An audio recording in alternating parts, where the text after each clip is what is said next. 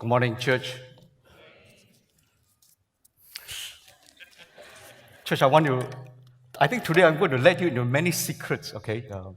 The first of which is, it's the unwritten rule of the pastors here that whenever it's kind of a phrase, is church, good morning. It all depends on how you respond, the louder you respond, the shorter will be the message. And so once again, can I say, good morning, church? Good morning. You deserve an hour. Just as Senior Pastor said, we begin a section here, actually from chapter 3, verse 8 onwards, all right, of Colossians, right up to the first verse of chapter 4, where Paul actually addresses three key relationships found in the homes of the members of the church in Colossae. First of which we'll be dealing with this morning, will be that husband and wife relationship, and then the parent and child, and then slave and master. Because Paul knows that if he has strong families, he will have a strong church. And it all begins and starts, therefore, with a strong marriage. And what, therefore, is a strong marriage? What even is marriage? Young pastor, he was performing his first wedding ceremony, mind you. And he was afraid that he might forget something along the way. And so, therefore, what he did was he consulted an older pastor. So the experienced pastor told this younger pastor, he says, don't worry, and he told him everything he needed to do, and he made one final suggestion. He says, if you ever forget what you are supposed to say, just quote the scripture. Just quote the scripture. And so the ceremony went on well. There was an exchange of vow and sealed by the exchange of ring and so on. And then he pronounced the happy couple, husband and wife. Immediately after that, he didn't know what to do. His mind went blank. And that's the time when he remembered the advice of the old pastor to quote scripture. And so he quoted the only scripture that came to mind at that time. And you know what that was? Father, forgive them, for they know not what they do. Thank God that he did not leave us in the lurch. He did not leave us in the dark concerning marriage, because God himself was the one who instituted marriage. He was the one who actually gave us all the instructions necessary, the blueprint of what it means to have a strong marriage. And so Paul writes, very simply, these people told me, actually no need to point, just put here also can.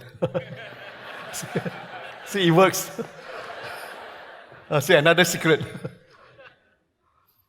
Can we all stand up and read this together? So 1, 2, and 3.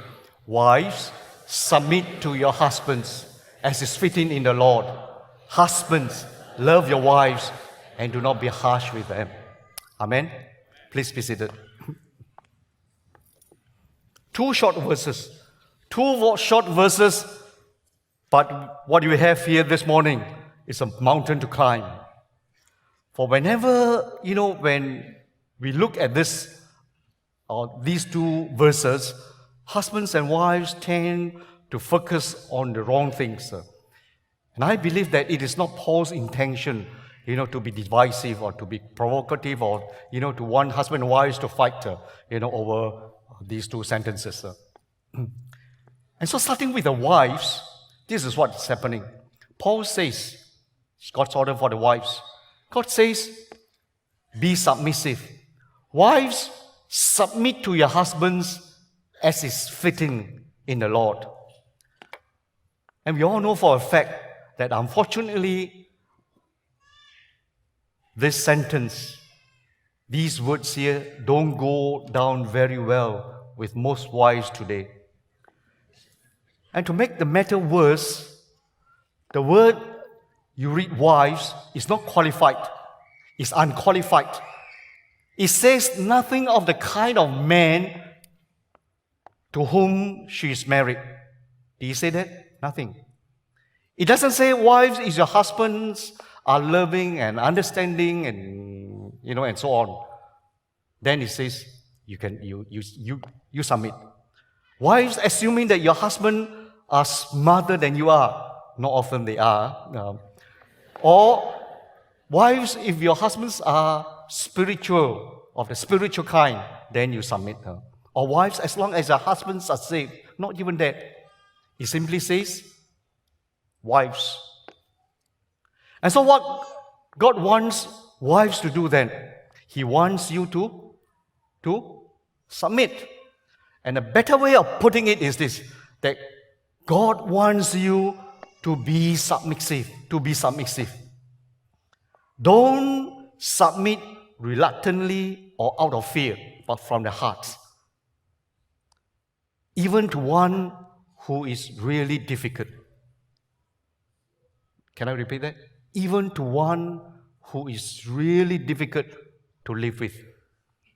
A group of wives, they were gathered, in a retreat for 2-3 days. And during one of the sessions, a young wife, she stood up and nervously testified about how God, has blessed her marriage. And she said this. He says, the Bible promises that no good thing does the Lord withhold from them that walk uprightly.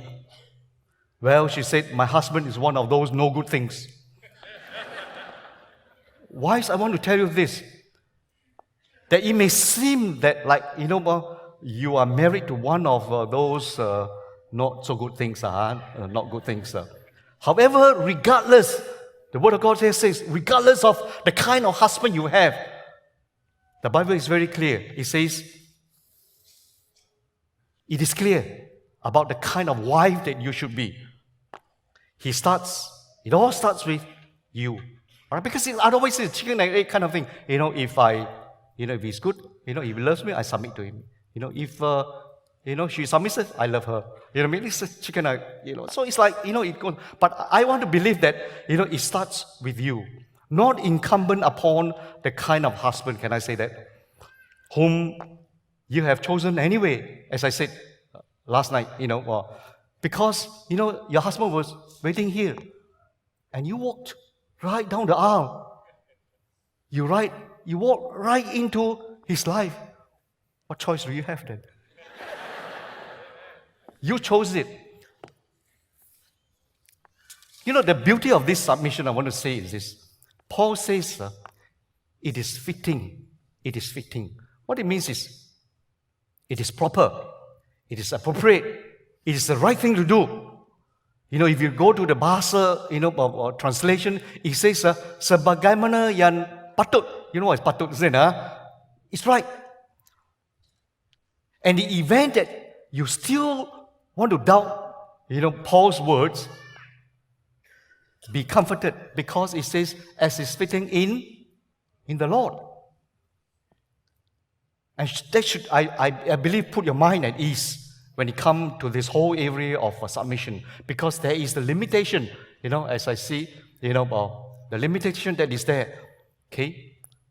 That the Lord remains our ultimate and highest authority. And so therefore, if a husband were to require, his wife to disobey God's commands, the limitation that we must obey God rather than man, and that rule shall apply. So be at ease. In a parallel passage in Ephesians chapter 5, actually Paul writes like this. He says, for the husband is the head of the wife. And this simply means this, that he is the head of the home. And therefore, what it means is, accept then your husband's position as head. Accept his headship. Headship means that God has called men to lead his home and will therefore be held responsible for what goes on in his home. You think that is an easy task? It's frightening. Ask any man. It's a frightening thing to do. So therefore, let us be clear from from the beginning, and that so that we do not have any wrong idea as to what this submission of biblical submission of the wives to the husband is about. Let me say this first. The wrong idea. It is not a matter of inferiority.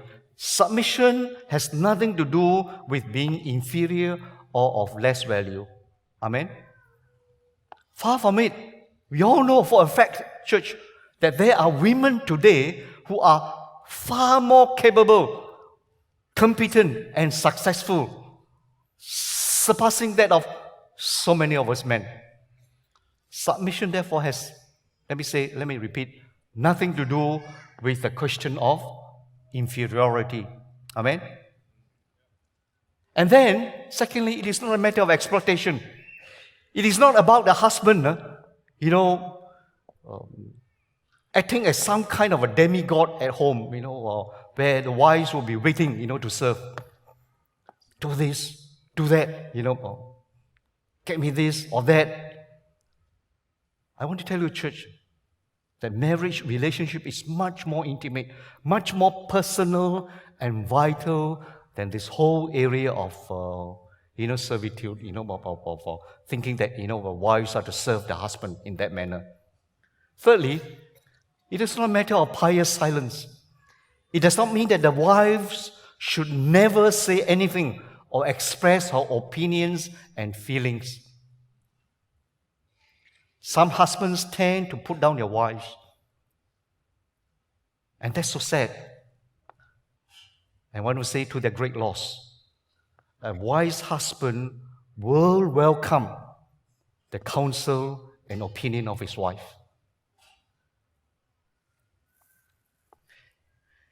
And how then, therefore, should we rightly understand what this submission is about? In the original Greek word, the word that is used is actually borrowed from the military, and it is that Greek word that is called hypotheso, meaning to get in order under something or to rank under. And so everyone in the military will know their place in the chain of command. There's an authority structure, within the military, within the body. Such authority structure, I want to suggest, is also found, for example, in the police, in the government, in the businesses. And may I add that it is also found, that this authority structure is also found in the church, in the home, and in the marriage relationship. And that's God's order. God is a God of order. Amen. And so therefore, within the marriage relationship, that head is the husband. The wife's submission is not to be seen as, or is to be seen as something that is voluntarily, voluntarily giving in and to cooperate. You want to do it. It is not demanded of you, but just that you want to do it. It means coming alongside to support, to respect, and work together with your husband in partnership. Because as I said earlier, God will hold him responsible for all that is going on in the home. And that's a great task, and it is no joke. And God's order for marriage relationship is having the husband to lead, and that is good. And so therefore, you and I have no business tampering with it. That's God's order. And I want to quote this, from, a godly man. He says, anything with no head is dead, and anything with two heads is a freak. And you don't want to have two heads in a home competing with one another. Amen. And as I said, I'm going to lead you into many secrets this morning. And so my question is then, well, we know all this. This has been taught to us many times already. But in real practical terms, how can wives play their role in helping her husbands to be leader? And I want to say this. And I got a dinner for this, not last night, because somebody said, Pastor, you expressed all my desires. The many things that I want to say to my wife, I cannot say, but you said it all for me. And so today, the men alive, they are sacrificing Pastor Key, to say this to the wives. So I become the sacrificial lamb. It's okay. Pastor Chris said he's going to give me a lunch afterwards. You see, I, like most men, would like to think that we are simple creatures, not as complex as our wives. But of course, they say the same, about us. And so therefore, there are only three things only, wives, okay? Three things that your husband really want or desire from you, okay? And let me let you into these secrets, okay? The first of which is this, okay? Meet his needs, He needs to be respected. If a man, if you agree with me, say, preach it, okay? Preach it. Say, in Chinese, say, 加油. Or in Bahasa, you can use any of the language, say, tambah lagi. You do that for me? A man needs respect.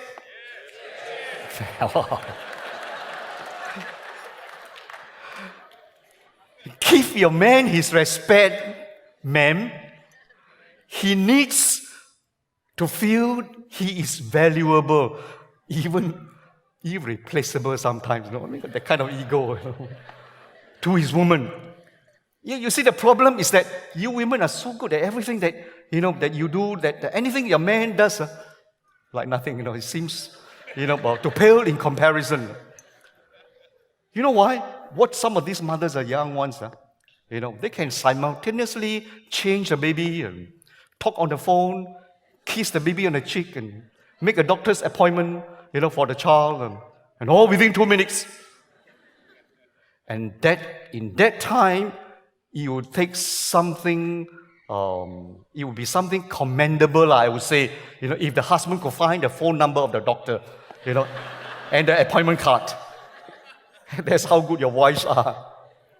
But then, wives, I want you to know what respect looks like, okay? Okay, what respect looks like. Firstly, not correcting him in the public lah. I know you women. Very often, I hear complaints like this. As I said, we have fragile egos. Even in private, we don't like or we don't take correction very well. You remember Reverend Peter Tanchi, he told us, you go home, he said, ask your children, ask your wife, or one another, tell me 2 things, I need to improve. Did you do that now? Well, I tried, very hard, cannot. But my wife, very good. She said, 3 things good about me, Then she slipped in, this one you must improve. Then gave me another 3 good points and said, this one you must improve. So I take it, okay, not that bad, You try that. I think it works better that way. Okay. Secondly, don't replay failures lah. You know why? Men generally don't want to hear about the mistakes they made. Correct or not? Yes. You know why? Because the male testosterone, the male drive, in them is to succeed, to be successful. And so if the wife will do, outside the home, you give one command, everybody follow your order. You come back home, you say something, your wife shout at you, no effect. You know what I mean? So that's not something that is good for him, So as I said, tell him what he does well, rather than pointing out, what he does poorly. Tell him, are you so wise? Which man don't want to hear that? No. I'm impressed how you handle the situation.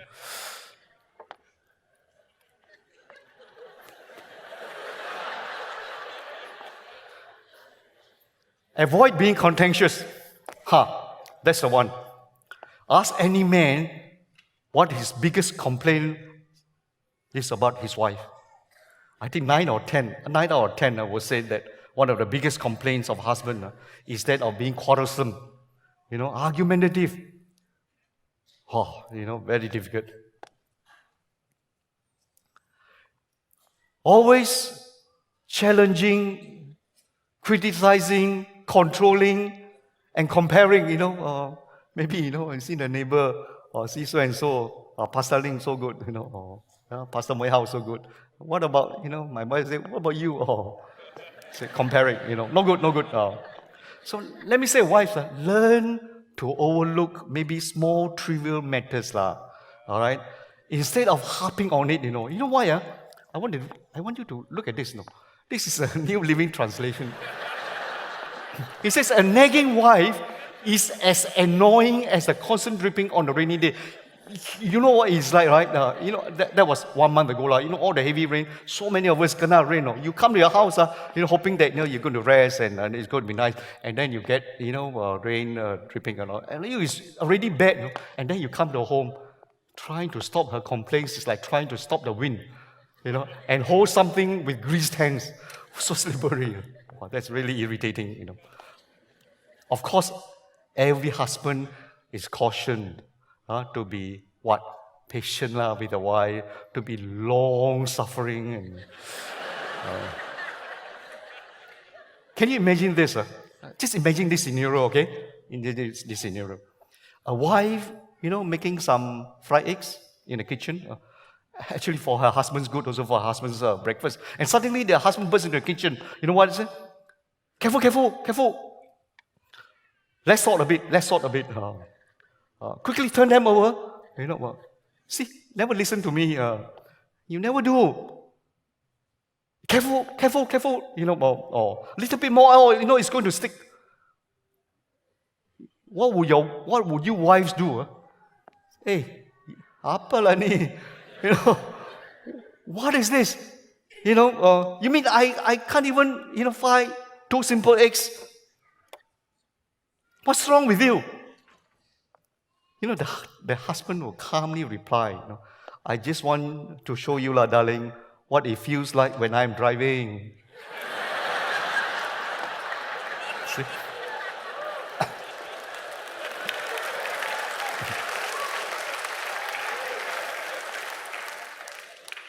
And so therefore, Proverbs' advice to the husband is, therefore, stop being contentious, not so quarrelsome.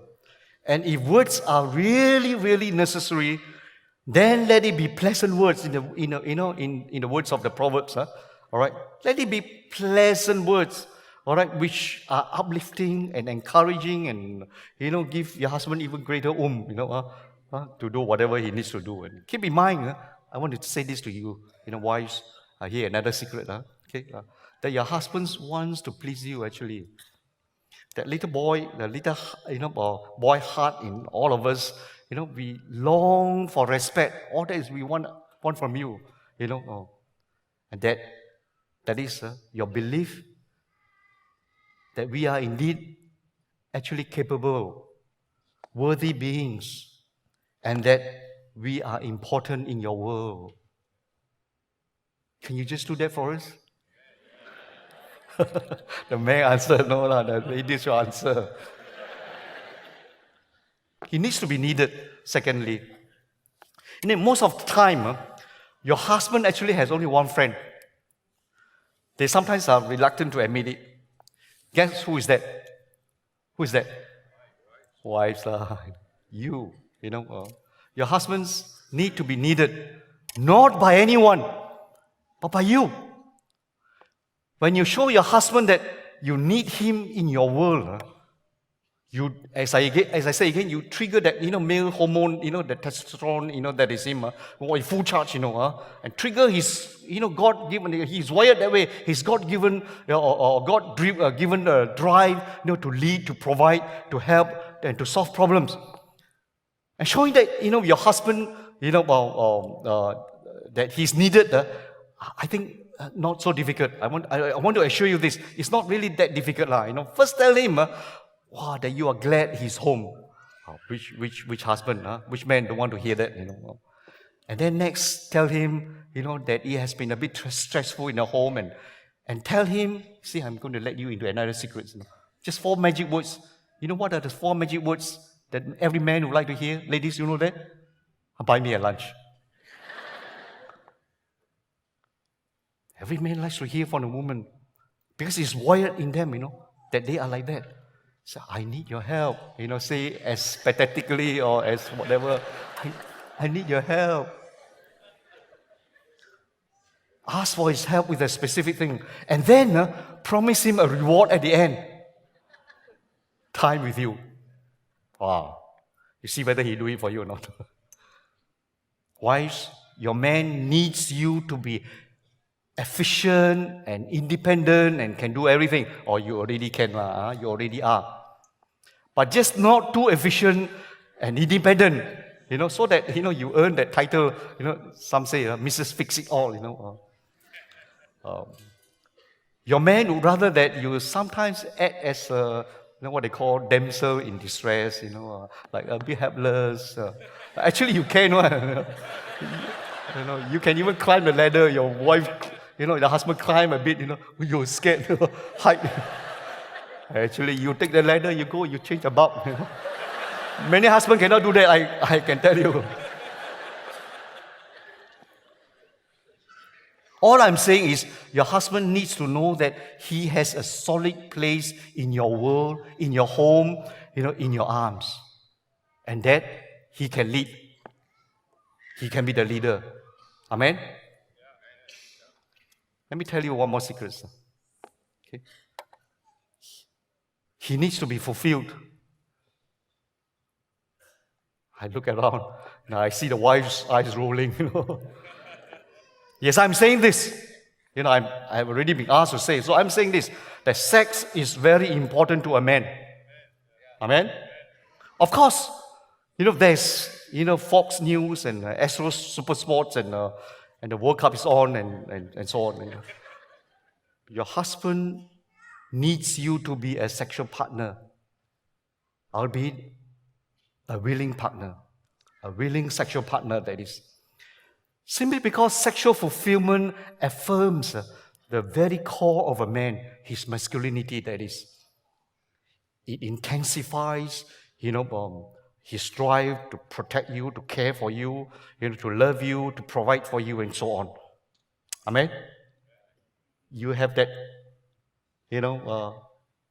drive in you, to do that, man? Of course, yeah.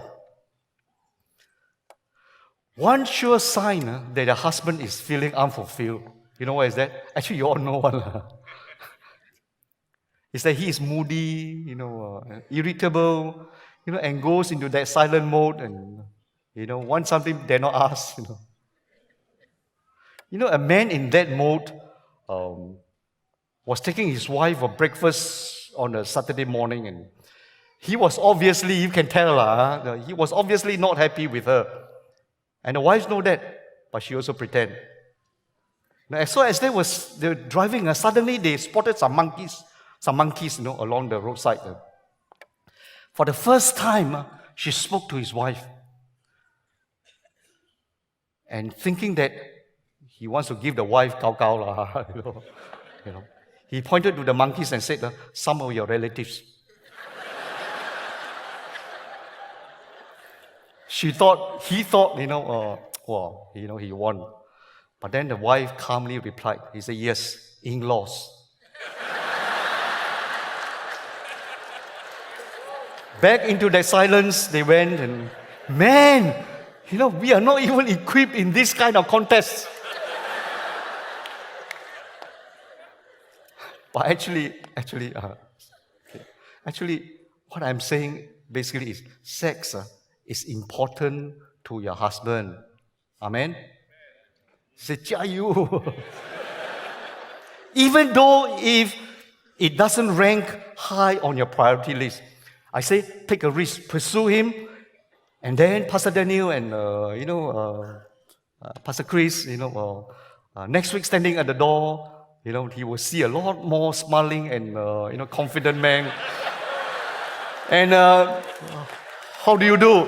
Wow, then this time you see the hand, not the lamb back one, and shake, you go very well, And next week, just give Pastor Daniel and Pastor Chris this.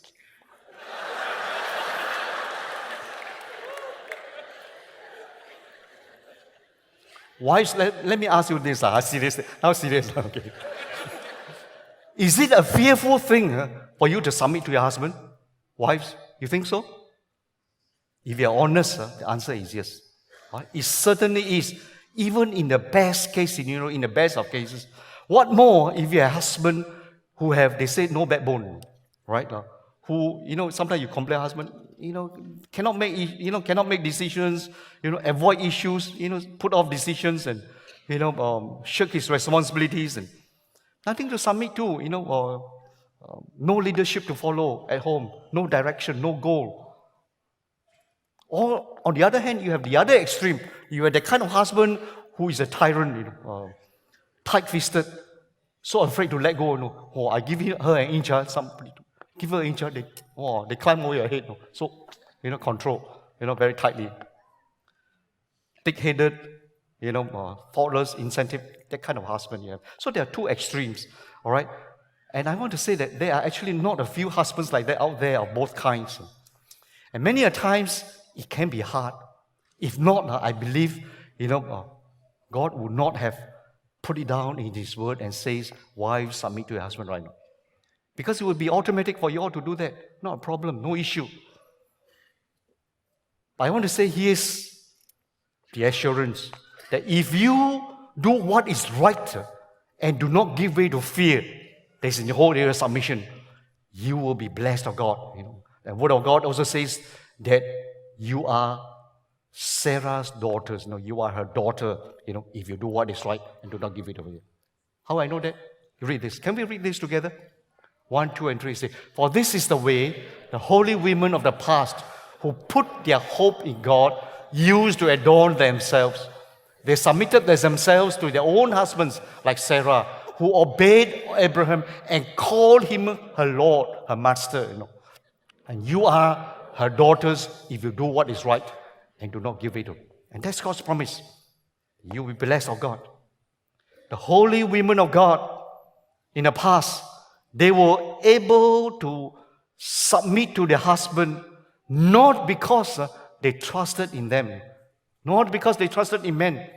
And if you read the Old Testament, and you will know that there were times that these men, they were not very trustworthy.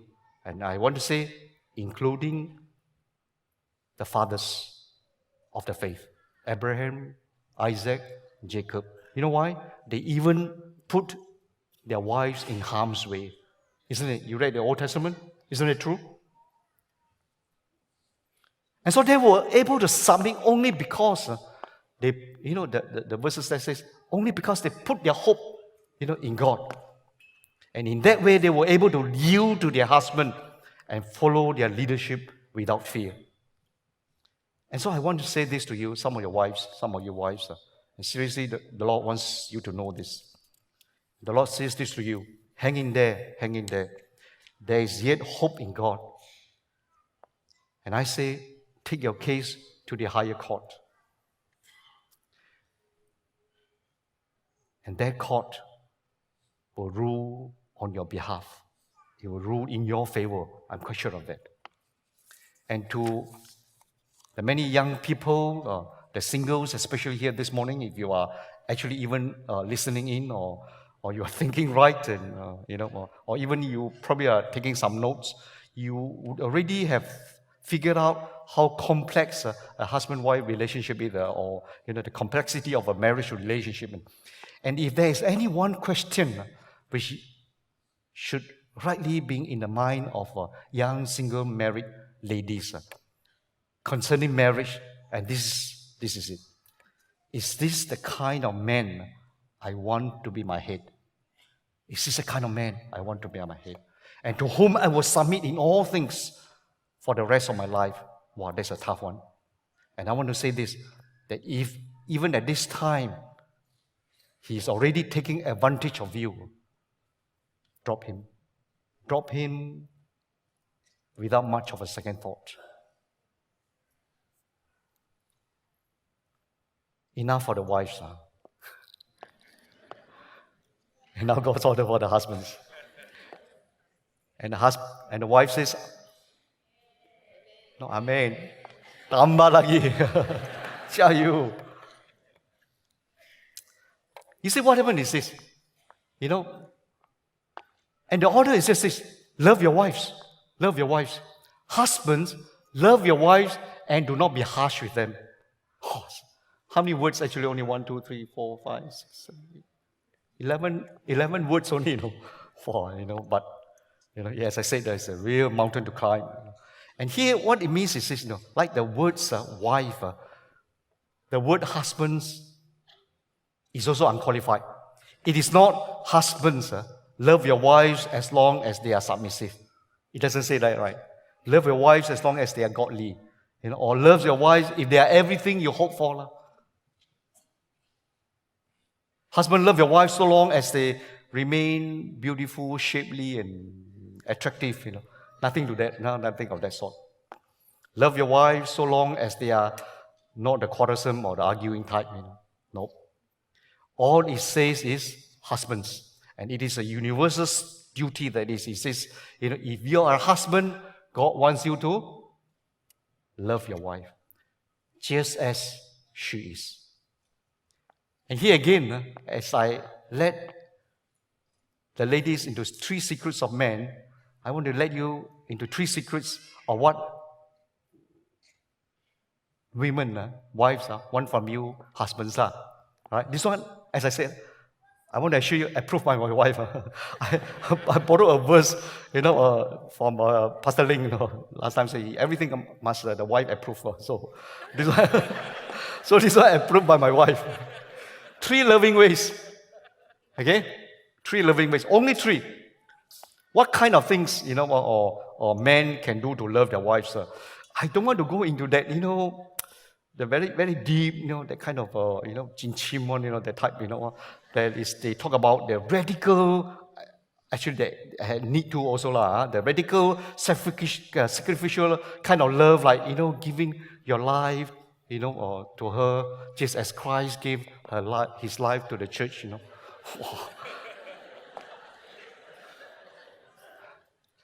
Maybe to begin with, the wives will say, no need to take a bullet for me. No need to die for me. You die also no use. My wife will say, I still don't know how to pay the bills. No. Where is the mechanic you go to? And she can't even pump the petrol. So don't die for me. Just do the ordinary little things, which she would say, I would appreciate most. Right? And then they would recommend 3 loving ways for us, as I said. The first of which is be affectionate. Say, man. Say, be affectionate. The wife cannot hear. Be affectionate. Once a girl was asked what kind of husband she wanted. You know what she said? She said, I would like him to be able to tell jokes and sing and dance and stay at home at night. And she was promptly told, you don't want a husband. You want a television set, with Astro services. And especially you subscribe to MTV, you enjoy that more. Hey, another girl said, I would like my husband to have eyes only for me, I want to be the only one in his life and want him to sleep always, by my side. And the one that when he gets up in the morning, the first thing he does is, to touch me, to feel me and to grab me, take me everywhere he wants. And she was also promptly told, you don't need a husband.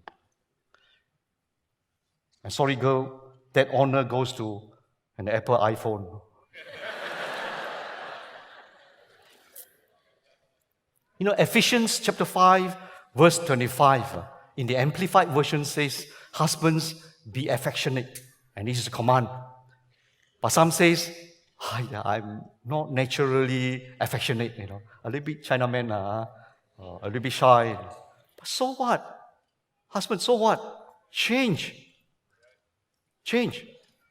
And I'm a forensic man, and I've seen enough of a DNA profiles to tell you trust me, right? That it is not in your genes, not in your DNA profile to be affectionate. And I've seen some, many Caucasians one as not in the Caucasians even now, right? You can learn to be affectionate. How many of us actually believe in romance, in falling in love? Marrying the kind of girl of our dream and living happily ever after and so on.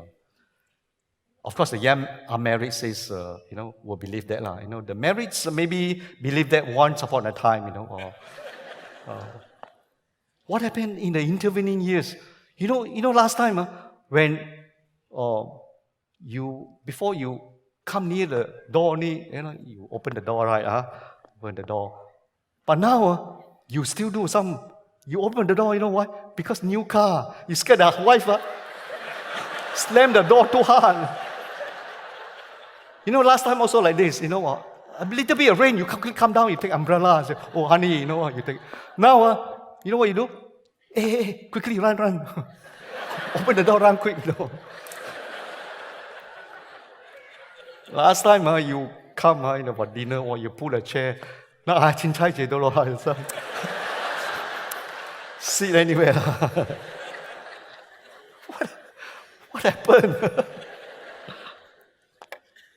Actually, Paul is simply saying this, he says, husbands, go on loving your wives, Make sure that the romance doesn't, leave your marriage, as the years go by, and as the children come, as even grandchildren arrive and so on, and advancing years have changed your wife's landscape. She have changed your wife's shape and attractiveness, and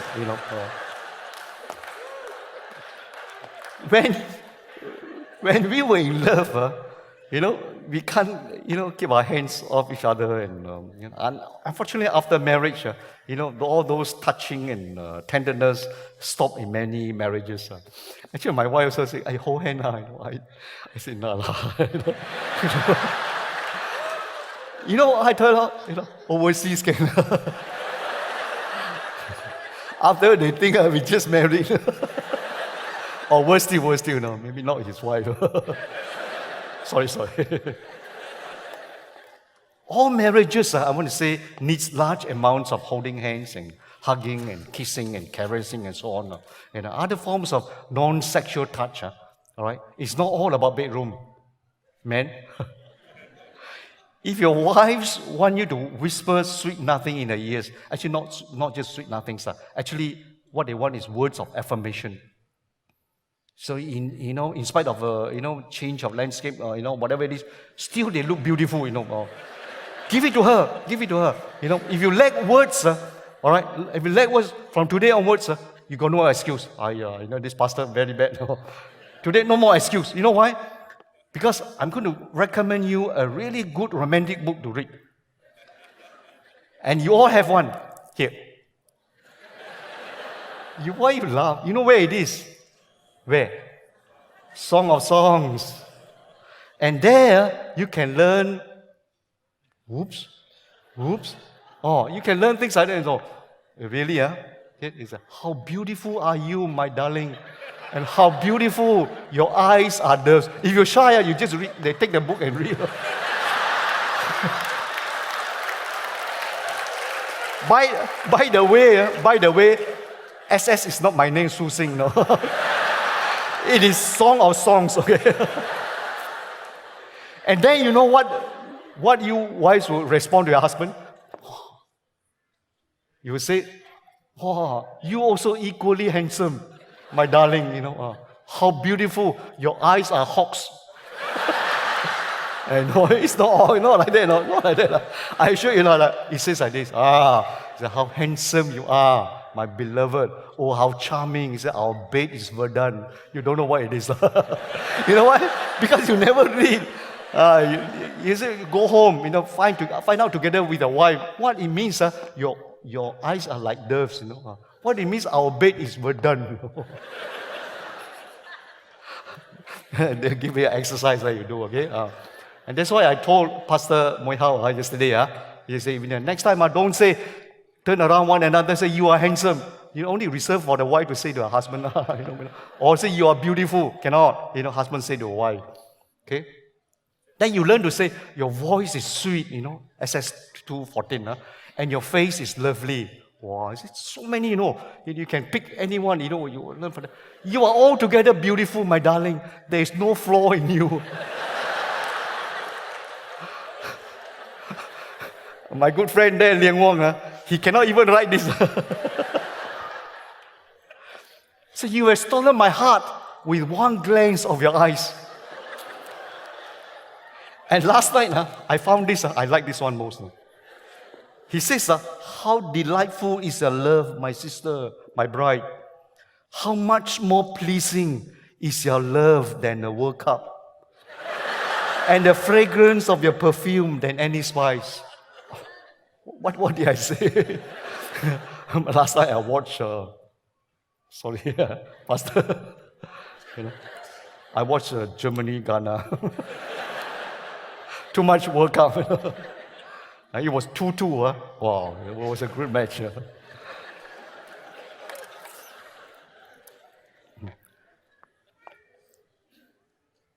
So actually, what happened is this, church.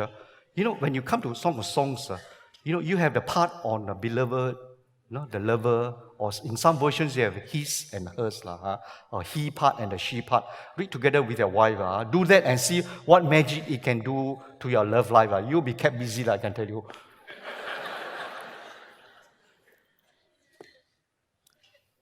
Firstly, what? Be what?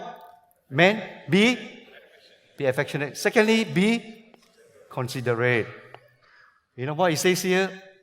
1 Peter 3:7 actually says, be considerate as you live with your wives, as a house husband. Wow, got such thing. All right. You know why? Because the word that is translated here, okay, they translated as you live, the word translated live, here actually occurs only one time in the Bible, and it means to house with. All right. So we refer to wives as housewives, and we husbands are never referred to as a house husband. But actually, that's what it means, in the real sense, there's a term that is used here, and it comes from the word husbandry. Husbandry. Husbandry refers to a gardener, a farmer, and what does the farmer or gardener do? Cultivate soil, keep weeds out, waters, fertilizes the soil, and then pray constantly that God will produce the fruit. That's what it means.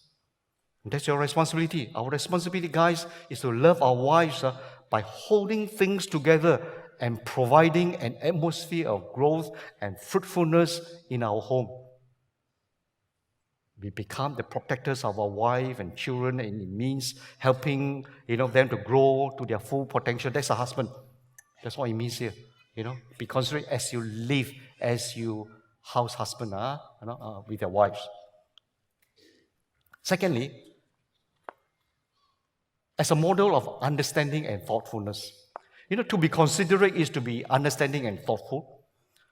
Some husbands will say immediately and say that it will be easier for me to understand quantum physics, even I'm an art student, than to understand my wives. Is that so?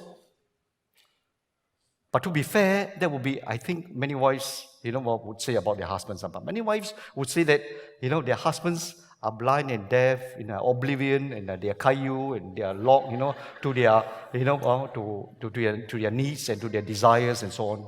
You see here, some days, for no apparent reasons, women, you agree with me? For no apparent reasons, you wives, you will turn blue, you turn moody. Go on.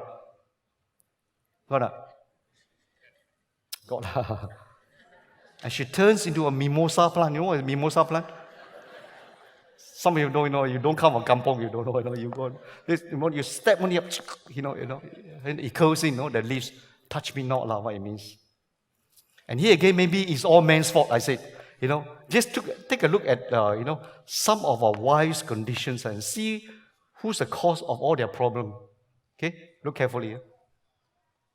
Menstrual cramps and pains.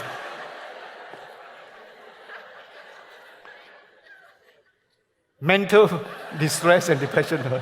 Who causes all that? Some more? You think no more?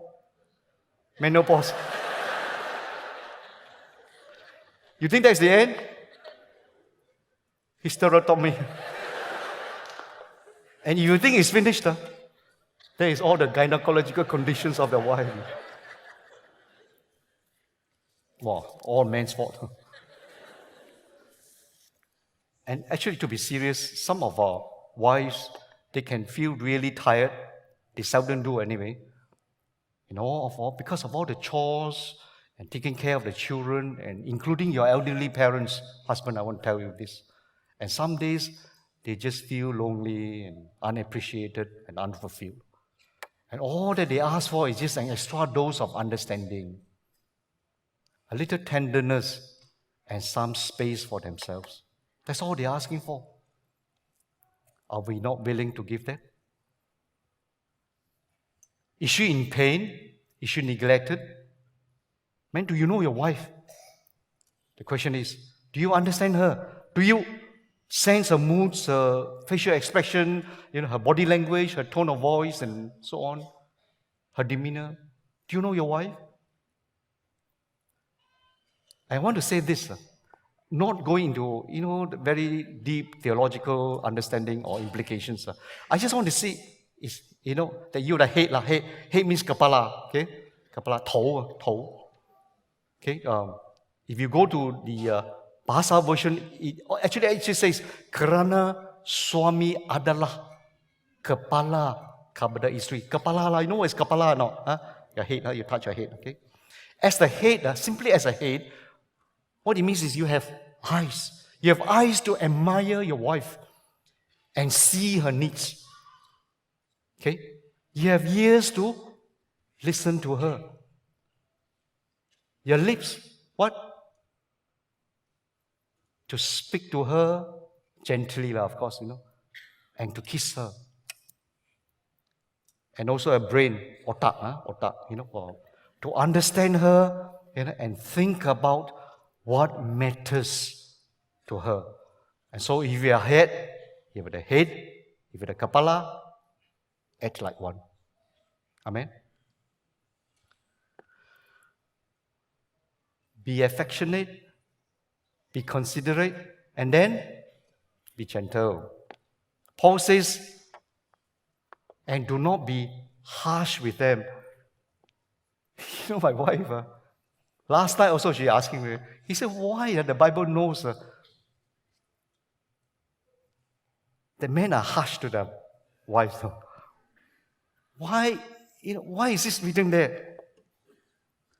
I want to say this.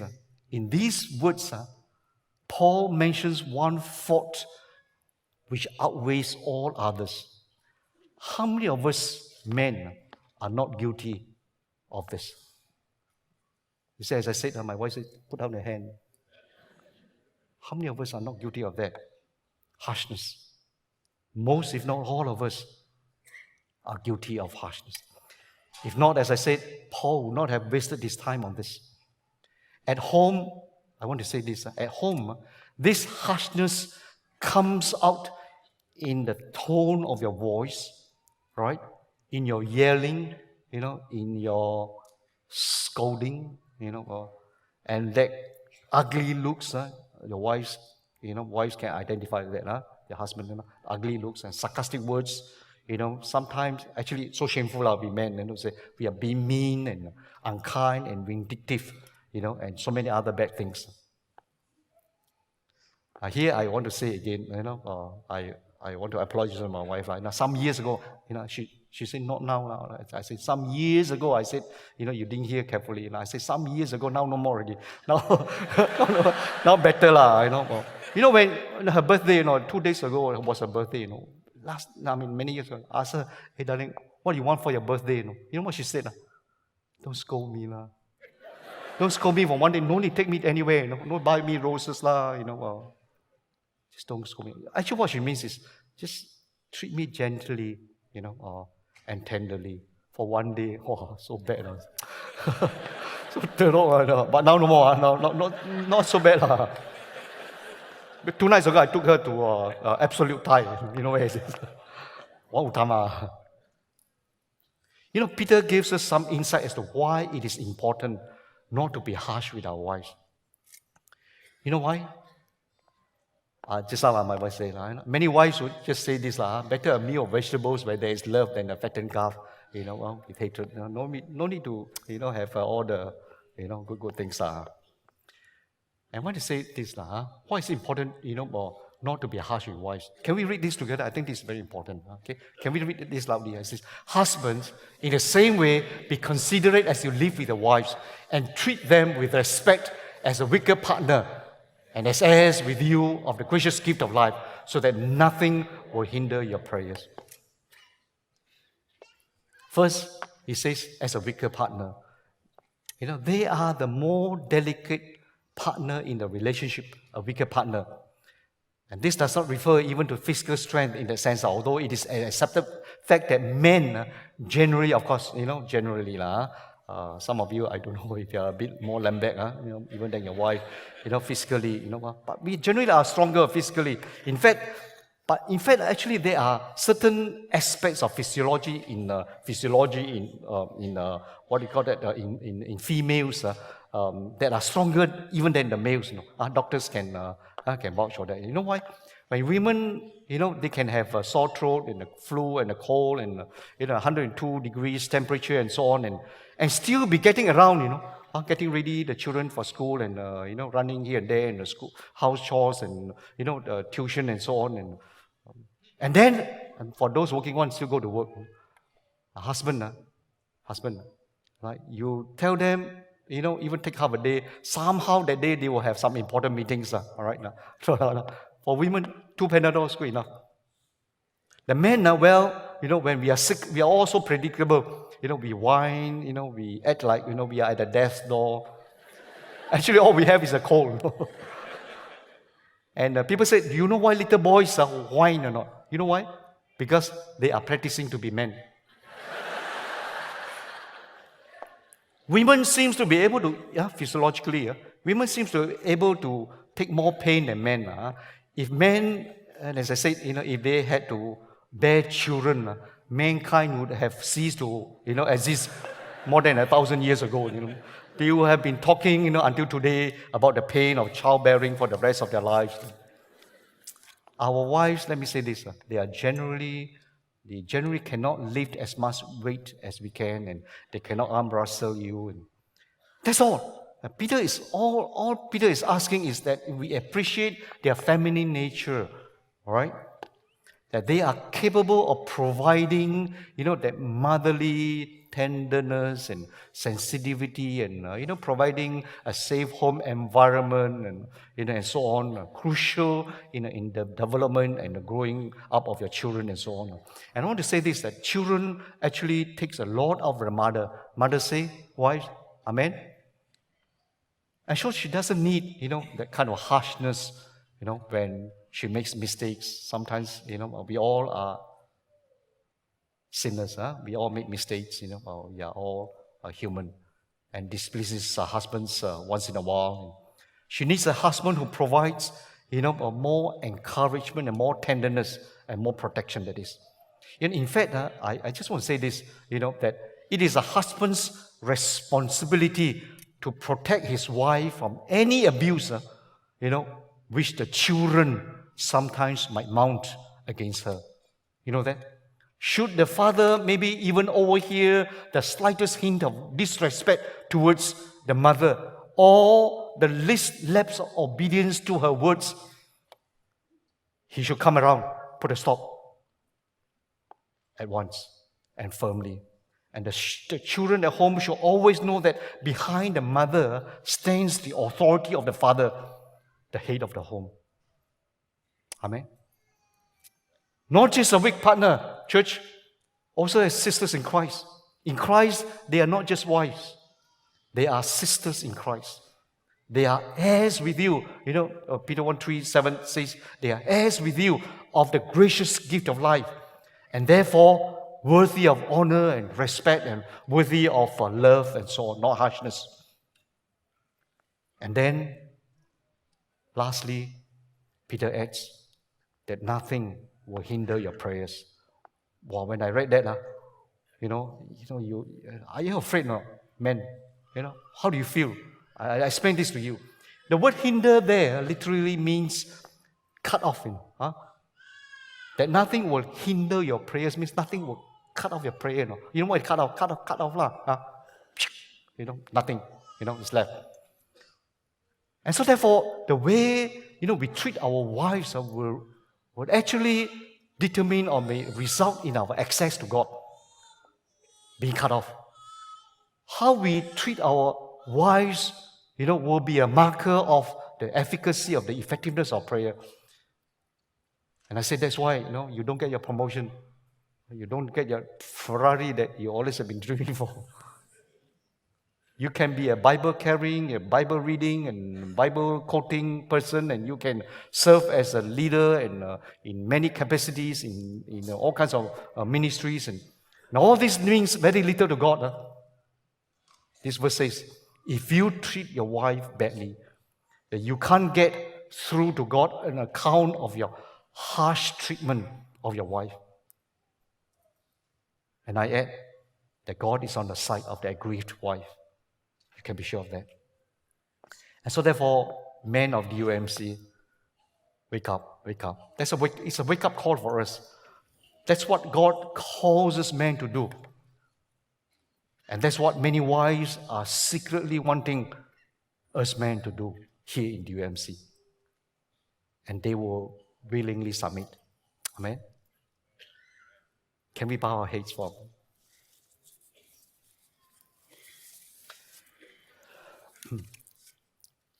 Your husband and wife, you hold each other's hand. Okay? If your spouse is not here, it's okay. Remember them, and I just want to believe that this is what God wants us to do. And as Pastor Daniel just pointed out, that this is a year of renewal for us. And I want to believe that God wants to do a deep renewal and restoration and rebuilding of our marriage. For some of us, our marriage is good. But it's going to go from good to great. And for others, if you have difficulties hanging there, there's yet hope. There's yet, that spirit of renewal that is to come, and restoration and rebuilding. And first of all, I want us to recognize the fact that, our utter dependency, not on our own strength or, thinking that, we can, we are able to resolve that. And first of all, I think we recognize, our utter dependency on the power of the Holy Spirit. That God will help us to return to our first love. God will reignite the passion within us for one another. That God will help us. We all know that the evil one, the Satan, is out to attack marriages, to break up marriages. That's what the evil one. So we must learn to resist the enemy. Your wife is not your enemy. It's Satan. Devil is our enemy. Reconcile with each other. Release all hurts and unforgiveness. And even as you hold one another's hand, ask God to do a deep work in your lives. Restore every marriage or any breakdown, and rebuild friendship and trust, for one another. And most of all, recommit our marriage to the Lordship of Jesus Christ.